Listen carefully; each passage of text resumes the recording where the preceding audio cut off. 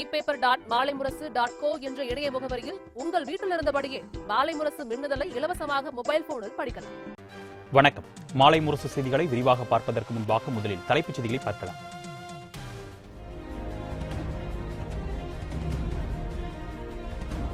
Corona மிகப்பெரிய பாடத்தை கற்றுத்தந்து இருப்பதாக பிரதமர் மோடி பேச்சு. உள்ளாட்சி பிரதிநிதிகளுடன் காணொலி மூலம் ஆலோசனை நடத்தி அறிவுரை வழங்கினார்.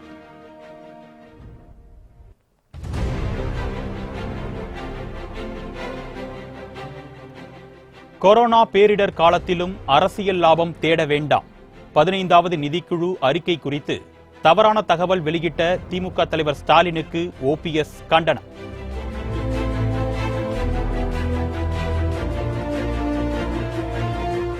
சென்னையில் ஊரடங்கு கட்டுப்பாட்டை கடுமையாக கடைபிடிக்க காவல்துறை முடிவு. இருசக்கர வாகனங்களை பறிமுதல் செய்து அபராதம் விதிக்க உத்தரவு.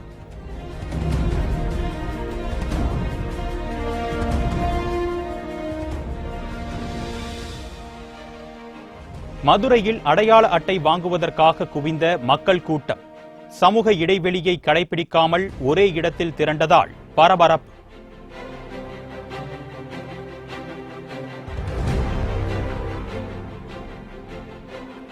டெல்லி ஆசாத்பூர் காய்கறி சந்தையில் நாள்தோறும் கூடும் மக்கள் கூட்டம்.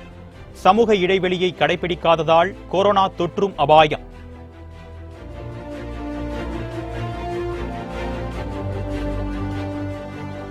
குடியேறிய வெளிமாநில மக்களை எத்தனை நாட்களுக்கு அடைக்க முடியும் என ப. சிதம்பரம் கேள்வி.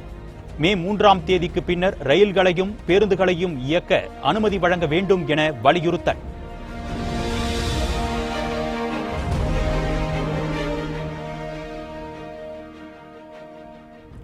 அமெரிக்காவில் ஒரே நாளில் 3000த்திற்கும் மேற்பட்டோர் உயிரிழப்பு. வெயிலும் ஆல்கஹாலும் தான் கிருமியை கொல்லும் என அதிபர் டிரம்ப் அறிவிப்பு.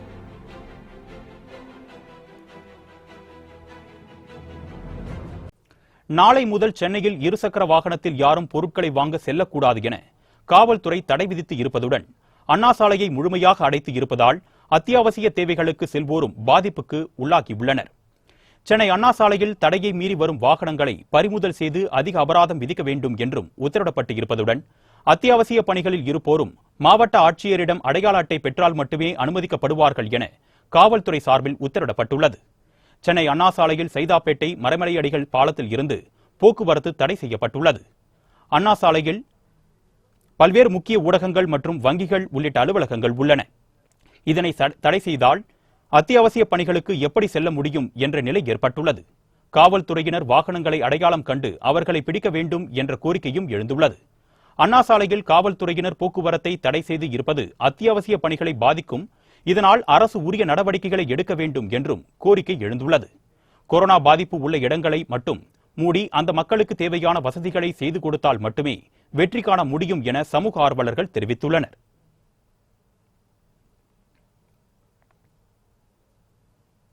மதுரையில் வாகனங்களுக்கான இ-பாஸ் பெறுவதற்காக சமூக இடைவெளியை மீறி குவிந்த மக்களால் மாவட்ட ஆட்சியர் அலுவலக நுழைவு வாசல் மூடப்பட்டது. கொரோனா தடுப்பு நடவடிக்கையாக தமிழகம் உட்பட நாடு முழுவதும் ஊரடங்கு கடைபிடிக்கப்பட்டு வருகிறது. தேவையின்றி வாகனங்களில் வெளியே சுற்றுவதற்கு தடை விதிக்கப்பட்டுள்ளது. மீறுபவர்களுக்கு அபராதம், வழக்கு பதிவு, வாகனங்கள் பறிமுதல் உள்ளிட்ட நடவடிக்கைகளை போலீசார் எடுத்து வருகின்றனர். இந்நிலையில் மதுரை மாவட்டத்தில் வாகனங்களை குறிப்பிட்ட வேளைகளில் பயன்படுத்துவதற்கு அனுமதி வழங்கும் இ-பாஸ் மாவட்ட ஆட்சியர் அலுவலகத்தில் வழங்கப்படும் என தகவல் வெளியானது. இதனால் அங்கு குவிந்த பொதுமக்களில் பலர் சமூக இடைவெளியை பின்பற்றாமலும் முகக்கவசம் அணியாமலும் காணப்பட்டனர். அவர்களை கட்டுப்படுத்த போலீசார் குவிக்கப்பட்ட போதும் கூட்டம் கட்டுக்கடங்காமல் சென்றது. இதனைத் தொடர்ந்து அதிகாரிகளின் உத்தரவின்படி மதுரை மாவட்ட ஆட்சியர் அலுவலக நுழைவு வாசல் அடைக்கப்பட்டது. இந்நிலையில் பழைய இ-பாஸ் இருந்தாலே போதும் என்றும் கைது நடவடிக்கை எடுக்கப்படாது எனவும் போலீசார் தரப்பில் தெரிவிக்கப்பட்டது. இதனையடுத்து பொதுமக்கள் கூட்டம் கலைந்து சென்றது.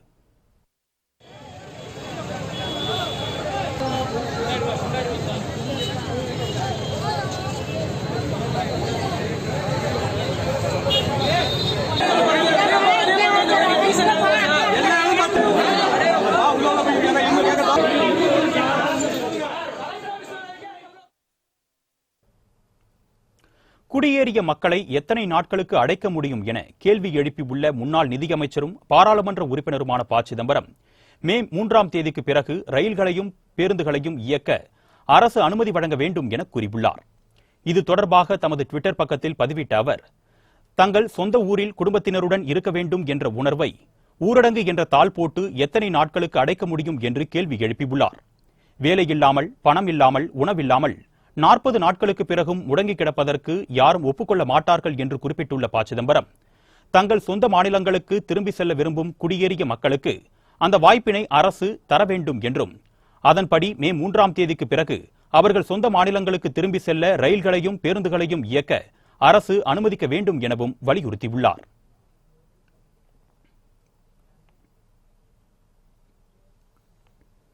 கொரோனாவை தடுக்க தமிழக அரசு எடுத்துள்ள நடவடிக்கைகளை குறித்து துணை முதலமைச்சர் ஓ. பன்னீர்செல்வம் உரையாற்றியுள்ளார். இது தொடர்பாக வெளியான வீடியோவில் பிரதமரின் அறிவுறுத்தலின் பேரில் கொரோனா தடுப்பு நடவடிக்கைகளை முதலமைச்சர் பழனிசாமி தலைமையிலான அதிமுக அரசு சிறப்பாக செய்து வருவதாக தெரிவித்துள்ளார். கொரோனா வைரஸ் பாதிப்பு செய்திகள் வெளியானதுமே மாண்புமிகு அம்மாவரது அரசு தமிழகத்தில் முன்னெச்சரிக்கை நடவடிக்கைகளை மேற்கொள்ள தொடங்கிவிட்டது. மனித உயிர்கள் விலை மதிக்க முடியாதவை. ஒவ்வொரு உயிரும் எவ்வளவு முக்கியம் என்பதை உணர்ந்து மாண்புமிகு முதலமைச்சர் திரு எடப்பாடி கே. பழனிசாமி அவர்களது தலைமையிலான மாண்புமிகு அம்மாவர்களின் அரசு முன்கூட்டியே செயல்பட்டதின் விளைவாகத்தான் தமிழகத்தில் கொரோனா நோய் தொற்று வெகுவாக கட்டுப்படுத்தப்பட்டு பெருமளவில் உயிரிழப்புகள் தடுக்கப்பட்டிருக்கிறது. கொடிய வைரஸ் கொரோனாவால் இந்திய திருநாடு பாதிக்கப்பட்டு விடக்கூடாது என்பதற்காக மாண்புமிகு பாரத பிரதமர் அவர்கள் அதிக அக்கறை கொண்டு துரித நடவடிக்கைகளை விரைந்து மேற்கொண்டு வருகிறார். டெல்லி ஆசாத்பூர் மார்க்கெட்டில் கொஞ்சம் கூட பயமின்றி சமூக விலகலை கடைபிடிக்காத பொதுமக்கள் மற்றும் வர்த்தகர்களால் கொரோனா பரவும் அபாயம் ஏற்பட்டுள்ளது. தலைநகர் டெல்லியில் உள்ள ஆசியாவின் மிகப்பெரிய பழ காய்கறி சந்தையான ஆசாத்பூர் சப்ஜி மண்டிக்கு ஊரடங்கில் இருந்து விலக்கு அளிக்கப்பட்டு 24 மணி நேரமும் செயல்பட அனுமதி அளிக்கப்பட்டுள்ளது. விவசாயிகள், வர்த்தகர்கள் மற்றும் பொதுமக்களின் வாழ்வாதாரத்தை கருத்தில் கொண்டு பல்வேறு கட்டுப்பாடுகளுடன் இந்த மார்க்கெட் செயல்பட அனுமதி அளிக்கப்பட்டுள்ளது. சமூக விலகலை கடைபிடிக்க ஏதுவாக சுழற்சி முறையில் வியாபாரம் செய்ய வர்த்தகர்களுக்கு டோக்கன் வழங்கப்படுகிறது. எனினும் சமூக விலகல் என்பது மார்க்கெட்டில் கேள்விக்குறியாகி வருகிறது. காய்கறி ஏற்றி வரும் வாகனங்கள் மற்றும் பொதுமக்கள் அதிக அளவில் செல்வதால் மார்க்கெட்டில் கூட்ட நெரிசல் அதிகரித்துள்ளது. மார்க்கெட்டிற்கு வெளியே உள்ள சாலைகளில் வாகனங்கள் அணிவகுத்து வருவதால் போக்குவரத்து நெரிசலும் ஏற்பட்டுள்ளது. பொதுமக்கள் சில இடங்களில் மட்டுமே வரிசையில் நின்று பொருட்களை வாங்குகின்றனர். பெரும்பாலான கடைகளில் சமூக விலகல் காற்றில் பறக்க விடப்படுகிறது. கொரோனா குறித்த அச்சமும் போதிய விழிப்புணர்வும் இல்லாமல் பொதுமக்கள் மார்க்கெட்டில் ஒன்று கூடுவதால் கொரோனா பரவும் அபாயம் உள்ளது.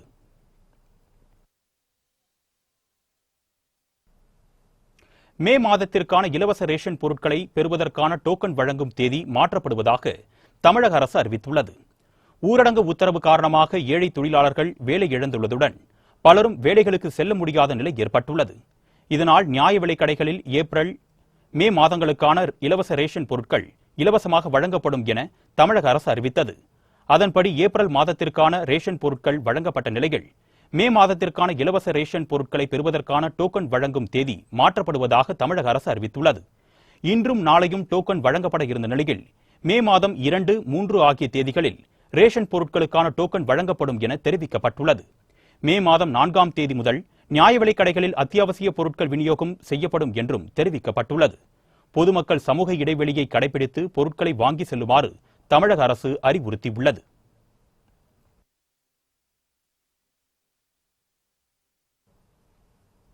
தமிழகத்தில் கொரோனாவால் பாதிக்கப்பட்டோரின் எண்ணிக்கை 1683 உயர்ந்துள்ள நிலையில் 20 பேர் உயிரிழந்துள்ளனர்.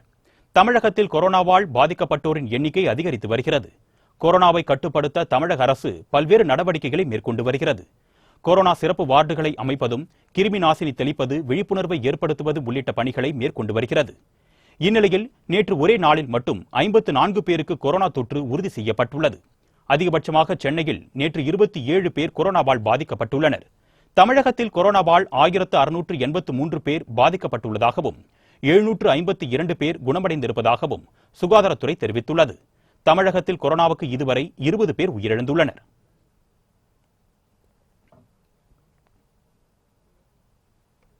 இந்தியாவில் கொரோனாவால் உயிரிழந்தோரின் எண்ணிக்கை 718ஆக உயர்ந்துள்ளது. பாதிக்கப்பட்டோரின் எண்ணிக்கை 23,000ஐ கடந்துள்ளது. கொரோனாவின் தாக்கம் இந்தியாவிலும் அதிகரித்து வருகிறது.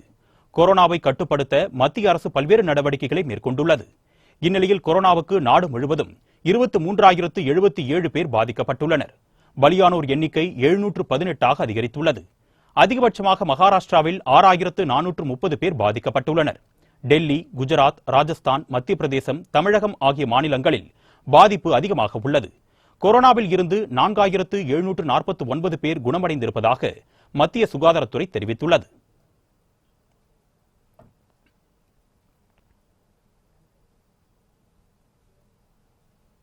உலகளவில் கொரோனாவுக்கு உயிரிழந்தோரின் எண்ணிக்கை 1,90,000ஐ கடந்துள்ளது. அமெரிக்காவில் ஒரே நாளில் 3,176 பேர் பலியாகியுள்ளனர்.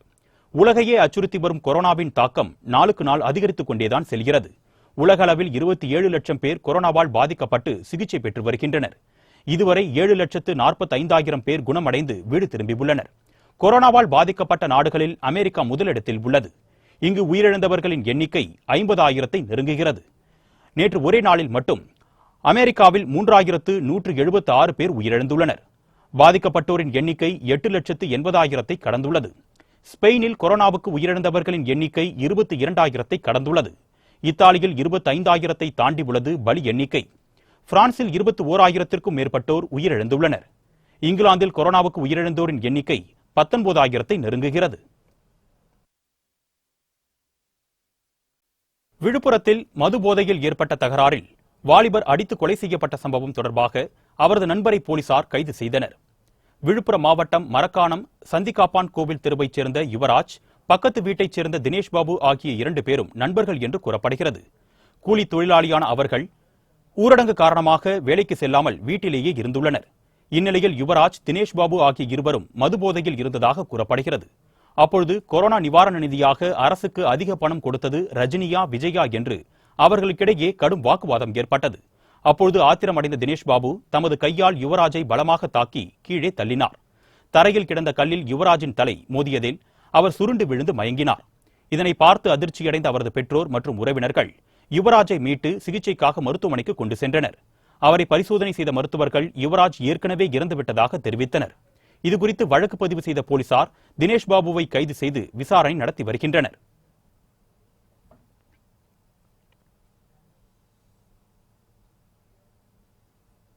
காவல்துறையை பயன்படுத்தி அமைச்சர் வேலுமணி அத்துமீறலில் ஈடுபடுவதாக திமுக தலைவர் மு.க.ஸ்டாலின் கண்டனம் தெரிவித்தார்.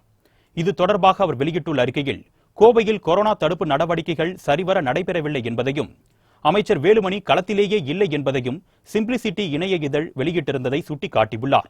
இது தொடர்பாக செய்தியாளர்கள் 2 மற்றும் சிம்பிளிசிட்டி நிர்வாக இயக்குநரை கைது செய்து சிறையில் அடைத்திருப்பது சட்டவிரோத செயல் என குறிப்பிட்டுள்ள மு.க.ஸ்டாலின், ஊடகத்தினர் சுதந்திரமாக செயல்பட அனுமதிக்க வேண்டும் என வலியுறுத்தியுள்ளார்.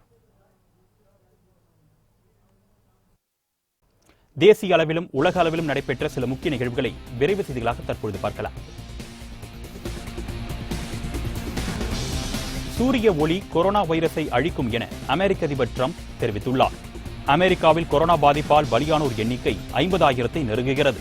கொரோனாவுக்கு தடுப்பு மருந்து கண்டுபிடிப்பதில் அமெரிக்கா தீவிரம் காட்டி வருகிறது. இந்நிலையில் சூரிய ஒளி கொரோனா கிருமியை அழிக்கும் தன்மை கொண்டது என டிரம்ப் தெரிவித்துள்ளார். குளிர்ச்சியான சூழ்நிலையில் கொரோனா வைரஸ் வீரியம் பெறுவதாக கூறியுள்ள அவர், அதிக வெப்பம் கொண்ட நேரடி சூரிய ஒளியும் ஐசோப்ரோபைல் ஆல்கஹாலும் கொரோனா வைரஸை அழித்துவிடும் என தெரிவித்தார்.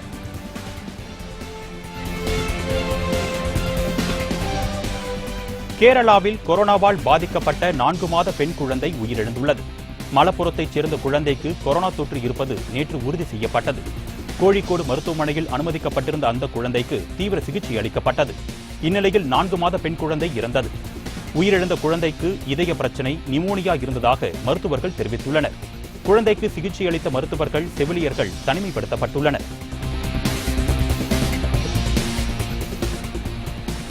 டெல்லி அரசு மருத்துவமனையில் மருத்துவர்கள் மற்றும் செவிலியர்கள் உட்பட 14 பேருக்கு கொரோனா தொற்று உறுதி செய்யப்பட்டுள்ளது. டெல்லியில் கொரோனா பாதிப்பு அதிகமாக உள்ளது. பாதிக்கப்பட்டோரின் எண்ணிக்கை 2,500ஐ நெருங்கும் நிலையில் 50 பேர் உயிரிழந்துள்ளனர். இந்நிலையில் டெல்லி அரசு மருத்துவமனையில் மருத்துவர்கள் உள்ளிட்ட 14 பேர் கொரோனா தொற்றால் பாதிக்கப்பட்டுள்ளனர். இதனையடுத்து மருத்துவமனையில் உள்ள உணவகங்கள் மூடப்பட்டுள்ளன. தடுப்பு நடவடிக்கைகளும் தீவிரப்படுத்தப்பட்டுள்ளன.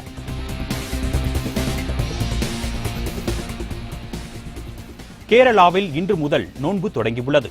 முதல் நாளான நேற்று இரவு ஊரடங்கு காரணமாக அங்குள்ள மசூதிகளில் தராவி எனப்படும் சிறப்பு தொழுகை நடைபெறவில்லை. கொச்சியில் உள்ள படிவட்ட மகல்லாவில் உள்ள மசூதியின் ஆன்மீக குருக்கள் அனைவரும் ரமலான் சிறப்பு தொழுகையை அவரவர் இல்லத்தில் நடத்தினால் போதும் என அறிவித்தனர். இதனையடுத்து மசூதிகளில் கூட்டம் கூட அனுமதி இல்லை என்றும் அறிவித்துள்ளனர். கேரள இஸ்லாமியர்கள் அனைவரும் அரசின் அனைத்து நடவடிக்கைகளுக்கும் ஒத்துழைப்பு வழங்கும் விதமாக வீடுகளில் தொழுகை நடத்தி வருகின்றனர்.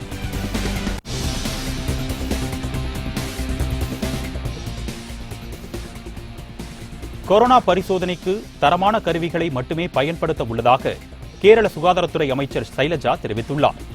கொரோனாவை கட்டுப்படுத்துவதில் கேரள மாநிலம் முன்னிலையில் உள்ளது. இங்கு கொரோனாவை தடுக்கும் பணி தொய்வில்லாமல் நடைபெற்று வருகிறது.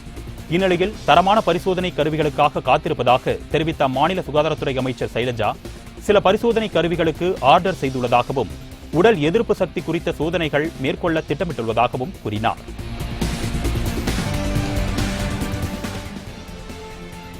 மக்கள் கட்டுப்பாடு இல்லாமல் வெளியே வந்தால் புதுச்சேரியில் 3 நாட்களுக்கு ஒருமுறைதான் கடைகள் திறக்க அனுமதிக்கப்படும் என முதலமைச்சர் நாராயணசாமி எச்சரித்துள்ளார்.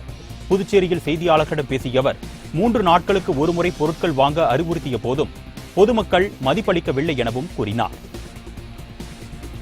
புதுச்சேரி மாநிலத்தில் உள்ளவர்கள் இந்த கடைகளுக்கு செல்வது தொடர்ந்து இருந்து வருகின்ற காரணத்தால் நாளை ஒரு நாள், நாளை மறுநாள் சனிக்கிழமை வரை பார்ப்போம்.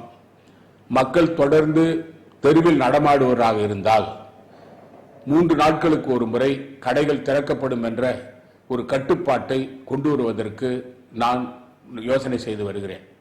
என்ன சொன்னாலும் அவர்கள் வாகனங்களில் சுற்றுவதிலே இருந்து வருகிறார்கள். ஆகவேதான் தமிழகத்தில் பல மாவட்டங்களில் 3 நாட்களுக்கு ஒரு தடவை கடைகள் திறக்கும் என்ற உத்தரவை அவர் போட்டிருக்கிறார்கள். புதுச்சேரி மாநில மக்கள் தொடர்ந்து வெளியில் நடமாடுவதாக இருந்தால் கண்டிப்பாக அந்த கட்டுப்பாட்டை எங்களுடைய அரசு கொண்டு வரும் என்று நான் கூறிக்கொள்கிறேன்.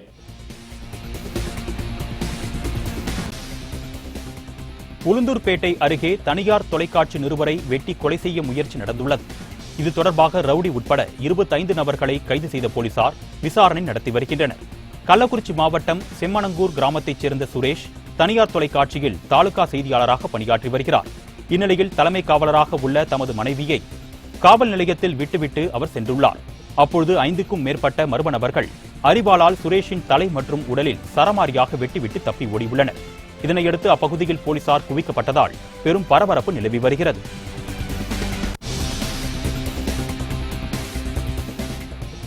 கொரோனா தடுப்பு மருந்தை மனிதனுக்கு செலுத்தி பரிசோதனை செய்யும் பணியை இங்கிலாந்து தொடங்கியுள்ளது. கொரோனாவுக்கு மருந்து கண்டுபிடிக்கும் முயற்சியில் பல்வேறு நாடுகளும் களமிறங்கியுள்ளன.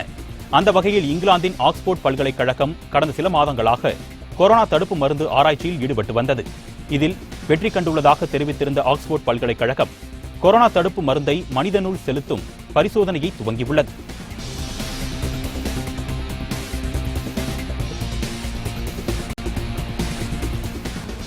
முகக்கவசம் அணிவதன் அவசியத்தை வலியுறுத்தும் விதமாக விழிப்புணர்வு பிரச்சாரத்தை மேற்கொள்ள வேண்டும் என தேமுதிக தலைவர் விஜயகாந்த் வலியுறுத்தியுள்ளார். இது தொடர்பாக அவர் வெளியிட்டுள்ள அறிக்கையில் தேமுதிக நிர்வாகிகள் முதல் தொண்டர்கள் வரை அனைவரும் முகக்கவசம் அணிந்து அதனை செல்ஃபி புகைப்படம் எடுத்து சமூக வலைதளங்களில் பதிவேற்றம் செய்ய வேண்டும் என கூறியுள்ளார். இந்த விழிப்புணர்வு புகைப்படத்தை மே 3ஆம் தேதி வரை அவரவர் மொபைலில் டிபியாக வைக்க வேண்டும் எனவும் விஜயகாந்த் வலியுறுத்தியுள்ளார்.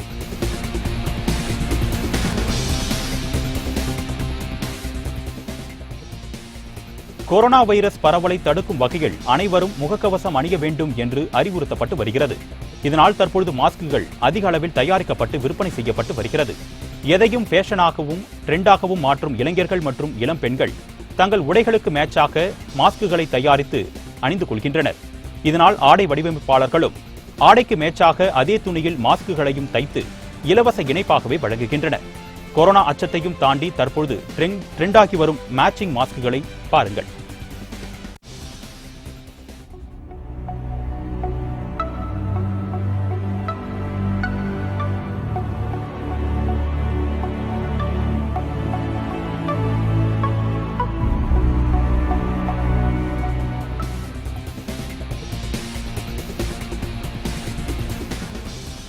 திருப்பூரில் ஊரடங்கை மீறி தேவையின்றி வெளியே சுற்றித் திரிந்த புள்ளிங்கோக்களுக்கு போலீசார் மரண பயத்தை காட்டியுள்ளனர். கொரோனா பரிசோதனை மேற்கொள்ள வேண்டும் என கூறி அவர்களை ஆம்புலன்ஸில் ஏற்றிய போலீசார் முன்னதாக அதில் கொரோனா நோயாளி போன்று வேடமணிந்த ஒருவரை அமர வைத்திருந்தனர். இதனையடுத்து அந்த போலி நோயாளி உங்களுக்கும் கொரோனா வைரஸ் வேண்டுமா என்று புள்ளிங்கோக்களிடம் கேட்டுள்ளார். இதனால் மிரண்டு போன புள்ளிங்கோக்கள் ஆளை விட்டால் போதுமடா சாமி என கதறியபடி ஆம்புலன்ஸில் இருந்து வெளியேற முயன்றுள்ளனர். திருப்பூர் போலீசாரின் இந்த விழிப்புணர்வு வீடியோ சமூக வலைதளங்களில் வைரலாகி வருகிறது.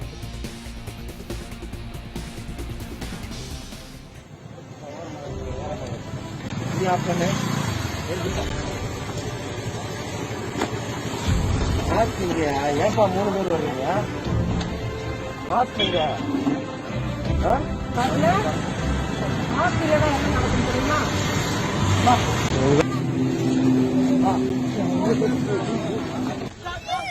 கேமராவில் பார்க்க முடியல.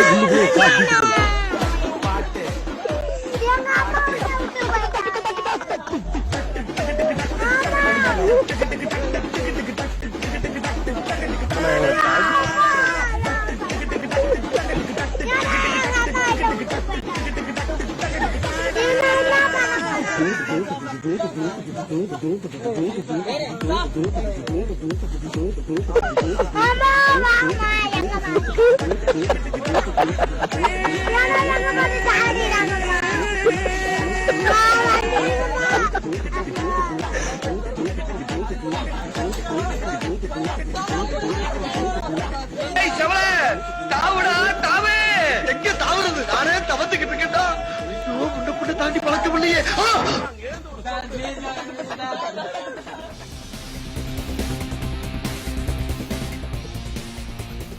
கொரோனா மற்றும் ஊரடங்கால் வளைகுடா நாடுகளில் லட்சக்கணக்கான இந்திய தொழிலாளர்கள் தவித்து வருகின்றனர். பல தொழிலாளர்கள் கொரோனாவால் பாதிக்கப்பட்டுள்ளனர். மேலும் ஊரடங்கு காரணமாக லட்சக்கணக்கான தொழிலாளர்கள் வேலையில்லாமல் ஊதியம் பெற முடியாமல் தவித்து வருகின்றனர். அவர்கள் நெருக்கடியான முகாம்களில் தொழிலாளர்கள் வசிப்பதால் கொரோனா பாதிப்பு அச்சம் அதிகம் உள்ளது.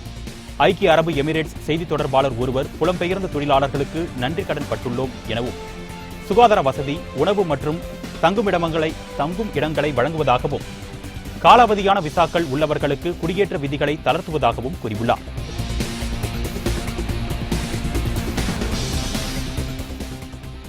திருநெல்வேலியில் 3 குழந்தைகளை காப்பாற்ற இருசக்கர வாகனத்தில் தேநீர் விற்பனை செய்து வரும் பெண்ணை தடுத்து நிறுத்திய போலீசார் டீயை கீழே கொட்டிவிட்டு செல் என்று கூறிய காட்சி சமூக வலைதளங்களில் வேகமாக பரவி வருகிறது. குழந்தைகளை காப்பாற்ற இதை தவிர வேறு வழியில்லை என்றும் சமூக இடைவெளியை பின்பற்றிதான் விற்பனை செய்வதாகவும் அந்த பெண் போலீசாரிடம் வாதாடும் காட்சி அனைவரையும் கண்கலங்க வைத்துள்ளது.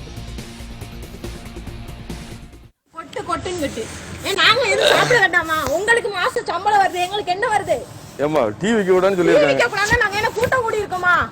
கூட்டம் கூடி இருக்கோமா? டிவிக்கு விட வேண்டிய சேர்ல இருந்து பேசிக்கோமாவா? கூட்டம் உனக்கு இருக்குமான்னு கேட்கான் போட்டுக்கிட்டு சும்மா அன்னைக்கு அப்படிதான். ஏமா இப்ப டிவி விக்கிறேன்னு சொன்னாங்க. இல்லன்னு நாங்க அத பாடுபட்டுக்கிட்டு இருக்கோம். நீங்க இதையும் சேர்த்து கொண்டீங்கன்னா நாங்க என்ன செய்வோம்? நாங்க 3 பிள்ளை வச்சிருக்கோம் தெரியுமா? ஏமா டிவி இப்பலாம் விக்கலன்னு சொன்னல. நாங்க கூட்டம் கூடி இருக்கோமா? உங்களுக்கு என்ன தேவை? கூட்டம் கூட கூடாது. ஏமா டிவி விக்க விடான்னு சொல்லிருக்கலாமா? நீங்க என்ன சொல்லிருக்கீங்க? அங்க கவர்மெண்ட்ல என்ன சொல்லிருக்காங்க? கூட்டம் கூட கூடாதுன்னு சொல்லிருக்காங்க. சரியா? டிவி விக்கலாம் சொல்லிருக்காங்களா? ரொம்ப டிவி விக்கலாம் சொல்லிருக்காங்களா? கொட்டிட்டு நல்லது நல்ல உங்களுக்கு என்ன அவாலா தராங்க? இத கேக்க.